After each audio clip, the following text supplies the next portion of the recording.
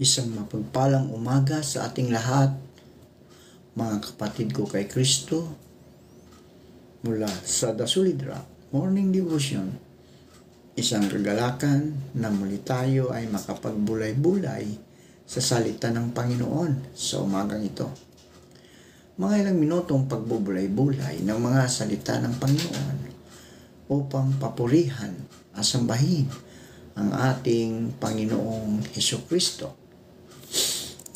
Ang ating pong pagbubulay-bulayan ngayong umaga, mga kapatid, ay matatagpuan sa Awit, Kapitulo 23, talatang 1 hanggang 6. Ito ang sinasabi: Si Yahweh ang aking pastor, hindi ako magkukulang. Pinapahimlay niya ako sa luntiang pastulan at inaakay niya sa tahimik na batisan. Pinapanumbalik ang aking kalakasan at pinapatnubayan niya sa tamang daan upang aking parangalan ang kanyang pangalan. Dumaan man ako sa madilim na libis ng kamatayan, wala akong katatakutan sapagkat ika'y aking kaagapay. Ang tungkod mo at pamalo, aking gabay at sanggalang. Ipinaghahanda mo ako ng salo-salo na nakikita pa nitong mga kalaban ko. Sa aking ulo, langis ay ibinubuhos, sa aking saro, pagpapalay lubos-lubos. Kabutihat pag-ibig mo sa akin di magkukulang. Siyang makakasama ko habang ako'y nabubuhay, at magpakailanmay sa bahay ni Yahweh mananahan. Pinagpala na po tayo sa pagkabasa at pagkarinig sa salita ng Panginoon. Tayo po ay manalangin. Ama naming Diyos na mapagmahal, Diyos na mahabagin at maawain, naririto po ang iyong mga anak upang ikaw ay sambahin sa magandang umaga na ibinigay ninyo sa amin. Maraming salamat, O Diyos, sa isang gabing nagdaan sa aming mga buhay na kami iyong iniingatan sa aming pagtulog. Maraming salamat sa muli mong paggising sa amin, sa muli mong pagbibigay ng buhay, ng lakas at ng karunungan. Sa umagang ito, Diyos, aming inilalapit sa iyo ang aming mga kaibigan na nasa banig ng karamdaman. Patuloy mo po silang abutin, O Diyos, at ibalik ang lakas na nawala dahil sa karamdaman. Pagalingin niyo po sila, Panginoon. Lord, sa umagang ito, sa iyo namin ipinagkatiwala ang aming mga buhay dahil ikaw ang Diyos na aming sinasamba at pinaglilingkuran. Panginoong Hesus, sa umagang ito, aming inilalapit sa iyo ang aming mga kaibigan na magsisipasok sa kanilang mga trabaho. Ingatan mo sila, O Diyos, sa daan kung saan sila nagbabiyahe, Panginoon. Ilayo mo sila sa kapahamakan. Bagkos, proteksyonan mo sila, O Diyos, sa mga pagsubok, sa mga tukso. Aming inilalapit sa iyo ang mga manggagawang nagtuturo sa paaralan. Patuloy mo silang ingatan, Ama. Ang mga preacher, ikaw, O Diyos, ang magbibigay sa kanila ng lakas, ng karunungan upang maibahagi nila sa mga kabataan, Panginoon, sa mga estudyante. Kayo din po, O Diyos, inilalapit namin ang aming mga estudyante na sila'y patuloy mo silang ingatan, Ama. Bigyan mo sila ng karunungan, lalong-lalo na sa panahon ngayon na examination day, examination week, Panginoon. Lord, sa iyo namin ito ipinagkatiwala dahil ikaw, Diyos, ang karunungan ng lahat. Kaya pagkatiwala namin sa inyo ang iyong mga anak, Panginoon. Panginoon Hesus, patuloy ko rin itinataas sa inyo ang mga administrador ng mga paaralan. Patuloy mo po silang gabayan, O Diyos, ingatan, at patuloy mo silang bigyan ng karunungan upang kanilang matulungan ang mga nag-aaral, Panginoon, na hindi nila ito taasan ng mga tuition, Panginoon, upang sila, Panginoon, ay makamit ang kanilang mga pangarap ng mga kabataan, Panginoon. Amin inilalapit sa iyo, O Diyos, ang aming bayan, ang bansang Pilipinas. Pagpalain mo po ang bansang Pilipinas, Panginoon.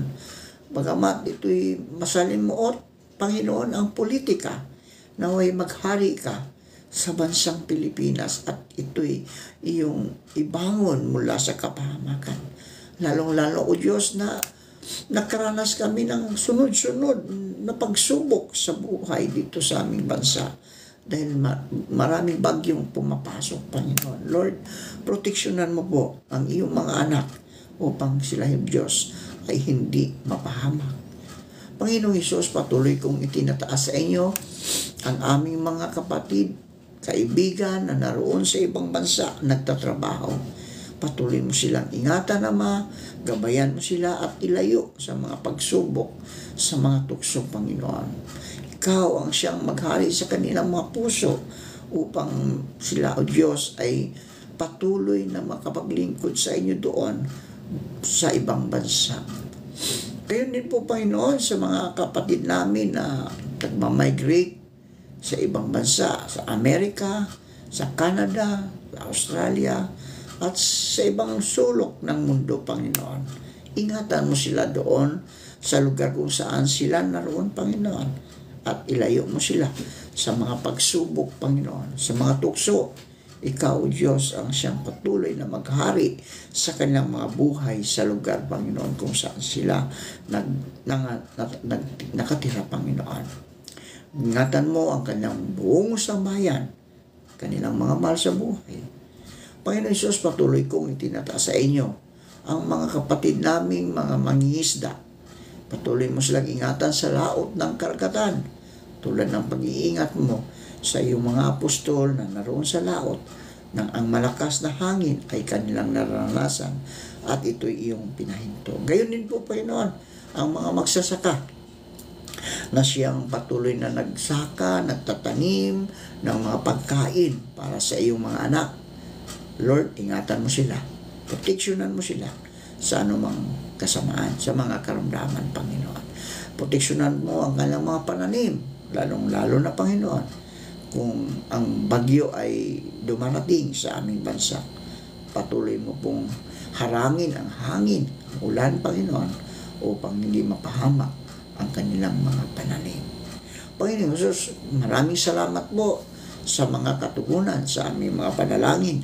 Sa pangalan ni Jesucristo na aming Diyos at tagapagligtas. Amen. Sa simula ng awit na ito, ipinahayag ni Haring David na si Yahweh ang aking pastol, hindi ako nagkukulang. Tanging ang tao lamang na nakaranas ng pagiging kabilang sa kawan ng Diyos ang makapagpapahayag ng ganito kadakilang katotohanan. At mayroon pa nga bang taong makapagpapahayag nito maliban sa taong tinawag ng Biblia na malapit sa puso ng Diyos. May 4 na pangako ang Diyos na maaaring matutunan natin sa awit na ito, mga kaibigan. Unang pangako ng pagtugon sa pangangailangan. Di ba? Yun ang sinasabi sa verses 1 and 3. Mga pangako ng pagtugon sa pangangailangan. Si Yahweh ang aking pastol. Hindi ako magkukulang. Pinapahimlay niya ako sa luntiang pastulan at inaakay niya sa tahimik na batisan. Pinapanumbalik ang aking kalakasan at pinapatnubayan niya sa tamang daan upang aking parangalan ang kanyang pangalan. So ang mga kabilang sa kawan ng Panginoon, mga kaibigan, ay makakaasang ang Diyos, makakaasang ang Diyos ang tutugon sa ating mga pangangailangan. Tulad ng isang pastol na umaakay sa mga tupa. Hindi lamang patungo sa pastulan at batisan, kundi sa sariwat mainam na pastulan at tahimik na batisan. Sa piling ng Diyos, wala ka ng ibang hahanapin pa, kaibigan. Wala ka ng ibang hahanapin pa. Kaya tayo, mga kaibigan, bilang kabilang ng kawan ng ating Panginoon, huwag tayong mag-alala kung tayo man ay nakaharap sa mga pagsubok sa buhay. Hindi niya tayo iwanan man, ni pabayaan man. Pangalawa, pangako ng protection. Ayon sa verse 4. Pangako ng protection. Ayon sa verse 4. Dumaan man ako sa madilim na libis ng kamatayan. Wala akong katatakutan, pagkat ika'y aking kaagapay. Ang tungkod mo at pamalo, aking gabay at sanggalang. Ang Panginoon ang siya ring mag-iingat sa mga taong nagtitiwala sa Kanya. Diba, mga kaibigan? Ang Panginoon, ang Panginoon ang mag-iingat sa atin kung tayo ay nagtitiwala sa ating Diyos na buhay. Maikli lamang ang buhay dito sa mundo, mga kaibigan. Kaya't anumang di kanais-nais, ay maaring mangyari kahit kanino, kahit anong oras. Subalit sa mga taong nakasandig na sa kanilang pagkatao sa Diyos, mga kamay ng Diyos ang maglalayo sa kanila sa anumang mga aksidente at kapahamakan. Hindi lamang sa pisikal, kundi maging sa emosyonal, sa mental at sa espiritual, lalong-lalo na. May direksyon ang buhay ng taong nakatingin sa tungkod at pamalo ng Panginoon. Ang pangatlo, pangako ng pagpapala. Yan ang pinakamaganda, mga kaibigan. Pangako ng pagpapala. Ipinaghahanda mo ako ng salo-salo na nakikita pa nitong mga kalaban ko. Sa aking ulo, langis ay ibinubuhos. Sa aking saroy, pagpapalay lubos-lubos. Diba? Umaapaw ang pagpapala ng Diyos sa kanyang mga lingkod, mga hinirang, mga anak. Ito'y simbolo ng pagkilala at pagpaparangal ang paglalagay ng langis sa isang tao noong unang panahon. Kaya't nga may kaakibat na karangalan ang pagpapala ng Diyos at ang pagpapalang ito'y nag-uumapaw. Pangako ng presensya. Pangako ng presensya. Kabutihat pag-ibig mo sa akin, di magkukulang. Siyang makakasama ko habang ako'y nabubuhay at magpakailanmay sa bahay ni Yahweh mananahan. Hindi sa lahat ng panahon ng ating buhay, mga kaibigan, ay maganda ang sinag ng araw sa kalangitan, di ba? Hindi lahat ng panahon sa ating buhay ay maganda. Dumarating din ang panahon ng bagyo sa ating mga buhay. Naroon yung mga pagsubok, no? Naroon yung mga bagyo sa buhay, mga karamdaman, no? Kahirapan. Marahil ay naiisip nating hindi na muling sisinag ang araw sa ating buhay sapagkat kabi-kabila ang mga nararanasan nating bagyo at pagsubok. Subalit mga kaibigan, pakatandaan natin sa kabila ng makakapal na ulap, ang araw ay patuloy pa ring nagbibigay sinag at liwanag. Hindi ipinangako ng Diyos na palaging masaya ang ating paglalakbay sa mundong ito. Subalit, tayo ay kanyang pinangakuan na ang kanyang pag-ibig at kabutihan ay hindi magbabago kailanman. Ang presensya ng Diyos, mga kaibigan, ay patuloy na magbibigay ng tanglaw sa ating buhay. Si Yahweh ang pastol ng ating pamilya. Si Yahweh ang nagbibigay kalakasan sa lahat ng sumasampalataya sa Kanya. Kaya mga kaibigan, lumapit na tayo sa ating Panginoon, ang ating pastol. Hindi niya tayo iwanan ni pababayaan man. Ikaw, pagkaibigan, kung meron ka mang nararamdaman na hindi maganda sa iyong buhay, lumapit ka sa ating Panginoon. Ako'y tiyak na ikaw ay pagbibigyan. Kung ikaw man ay may karamdaman, alam ko na ang Diyos ay magkapagpapagaling sa iyo. Kung hindi man ito mapapagaling ng mga doktor, ang Panginoong Hesus ang siyang lunas mo, kaibigan. Kung ang katawan natin ay masisira, pero ang ating buhay espiritual ay patuloy na kasama ng ating Panginoong Hesukristo. Manalangin tayo.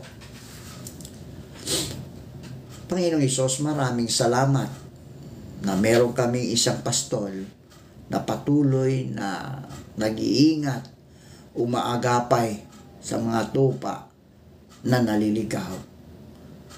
Ibinabalik mo kami sa tamang pastulan, O Diyos, upang kami, O Diyos, ay hindi mapahamak. Kaya Panginoon, salamat dahil meron kaming isang pastol na patuloy na nag-aalaga sa mga tupa upang kami ay hindi mapapahamak sa mga pagsubok, sa mga tukso. Salamat, O Diyos, sa buhay at kalakasan na ipinagkaloob mo sa amin. Salamat, Panginoon, sa panibagong araw at buhay. Inialay po namin sa inyo ang buong araw na ito at ang aming buong pamilya. Gabayan at patnubayan niyo po kami sa araw na ito at ilayo sa anumang kapahamakan. Amen.